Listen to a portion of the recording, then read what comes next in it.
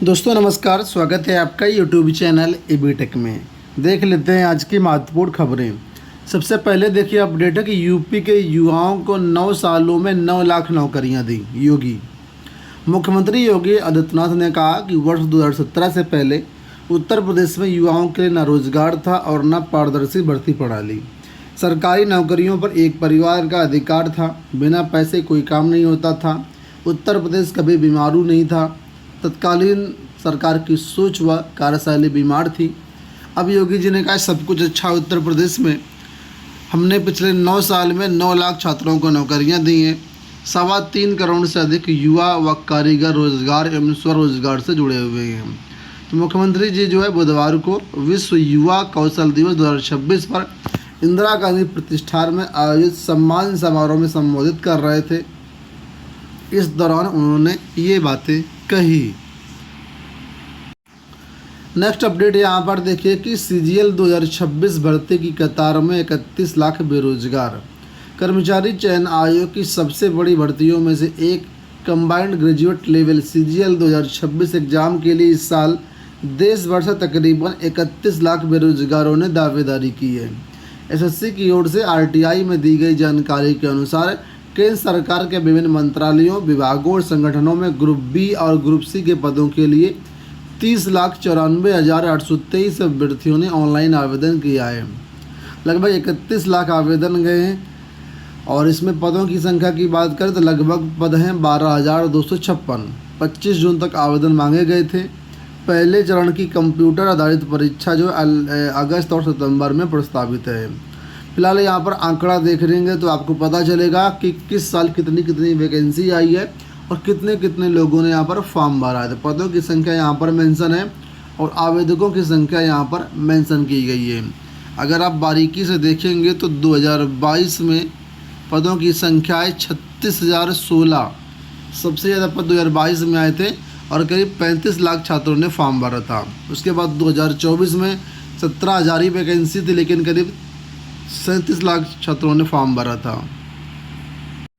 दूसरी बात, परीक्षा में एसएससी ने एक बड़ा बदलाव कर दिया है। अभी तक टोटल टाइमिंग काउंट होती थी, अब यहाँ पर बताया गया सीजीएल 2026 में सेक्शनल टाइमिंग काउंट की जाएगी। यानी कि हर सेक्शन के लिए अलग अलग टाइम निर्धारित होगा।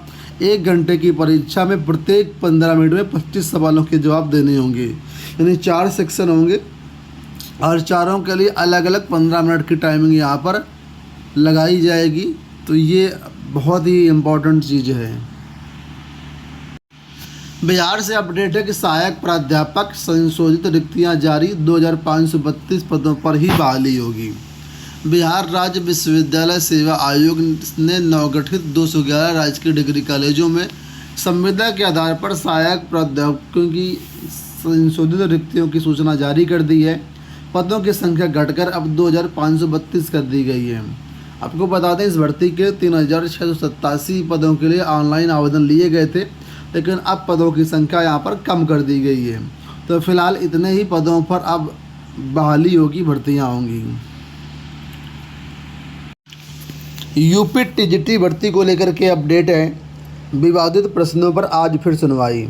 इलाहाबाद हाईकोर्ट ने सहायक अध्यापक टीजीटी अंग्रेजी विषय की परीक्षा में पूछे गए गलत प्रश्नों और पाठ्यक्रम से बाहर के सवालों के मामले में जानकारी न प्रस्तुत होने पर गुरुवार को सुनवाई का निर्देश दिया है। साथ ही उत्तर प्रदेश शिक्षा सेवा चयन आयोग के अधिवक्ता से मांगी गई जानकारी प्रस्तुत करने को कहा है। कोर्ट ने साफ किया है कि निर्देश का पालन नहीं किया गया तो आयोग के सचिव को व्यक्तिगत रूप से उपस्थित होना होगा। यह आदेश न्यायमूर्ति सिद्धार्थ नंदन ने आदित्य कुमार सिंह और 17 अन्य की याचिका पर सुनवाई करते हुए दिया है। याचिका मुख्य रूप से प्रश्न संख्या 3, 11, 12 और 100 के साथ पाठ्यक्रम से बाहर पूछे गए एक प्रश्नों को चुनौती दी गई है। कोर्ट ने बीते सोमवार सुनवाई किया था इसमें और आयोग के अधिवक्ता को संबंधित प्रश्नों के संबंध में निर्देश प्राप्त करने का आदेश दिया था। बुधवार को सुनवाई के दौरान अधिवक्ता ने कोर्ट को बताया कि उनके पास फिलहाल इस संबंध में कोई निर्देश उपलब्ध नहीं है। याचियों की ओर से कहा गया कि गुरुवार को अभ्यर्थियों के दस्तावेजों का सत्यापन होना है। ऐसे में ये याचिका को जो है निष्प्रभावी हो जाएगी, इससे उनका नुकसान होगा। कोर्ट ने इसकी गंभीरता को देखते हुए आज फिर मामले को सुनवाई के लिए सूचीबद्ध किया है। तो आज गुरुवार को 10 बजे सूचीबद्ध है मामला, आज फिर सुनवाई होगी। इसी के साथ टीजीटी भर्ती 2022 को लेकर के एक अपडेट और है। कल आयोग ने नोटिस जारी करके सभी वंचित अभ्यर्थियों को एक अवसर दिया है। उसी के बारे में यहाँ पर अपडेट है कि टीजीटी 2022 के 3539 पदों की लिखित परीक्षा में शॉर्टलिस्ट किए गए विषयवार अभ्यर्थियों के डॉक्यूमेंट का वेरिफिकेशन शिक्षा आयोग में चल रहा है।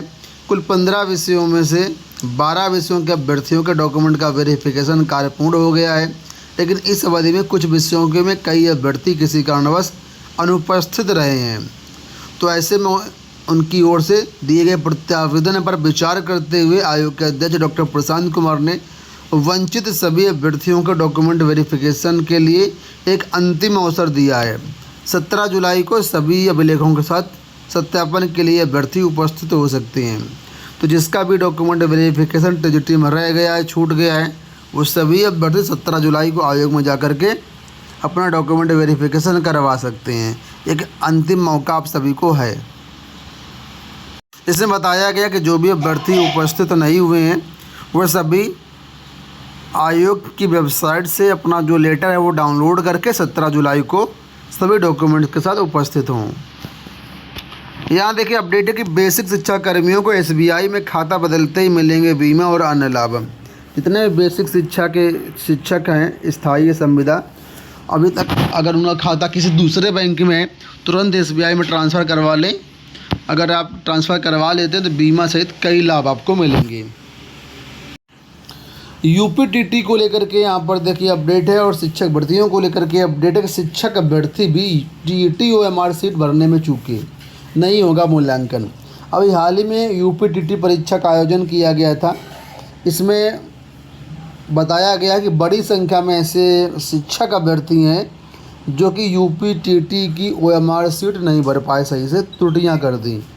इसी को लेकर के यहाँ पर अपडेट है, लेकिन बड़ी संख्या में अभ्यर्थियों ने ओएमआर सीट भरने में गड़बड़ी हो जाने पर आयोग में ऑफलाइन आवेदन देकर के सुधार के लिए अवसर मांगा है। आयोग ने 2, 3 और 4 जुलाई को 60 जिलों में यूपीटीटी की परीक्षा कराई थी और जब ओएमआर में त्रुटियां हो गई तभी आयोग में जाकर के अपना प्रत्यावेदन दे रहे हैं छात्र। इस पर आयोग ने कहा है कि मूल्यांकन नहीं होगा ऐसे छात्रों का। अगर ओएमआर में कहीं पर भी कोई त्रुटि है तो ऐसे छात्रों का मूल्यांकन नहीं होगा।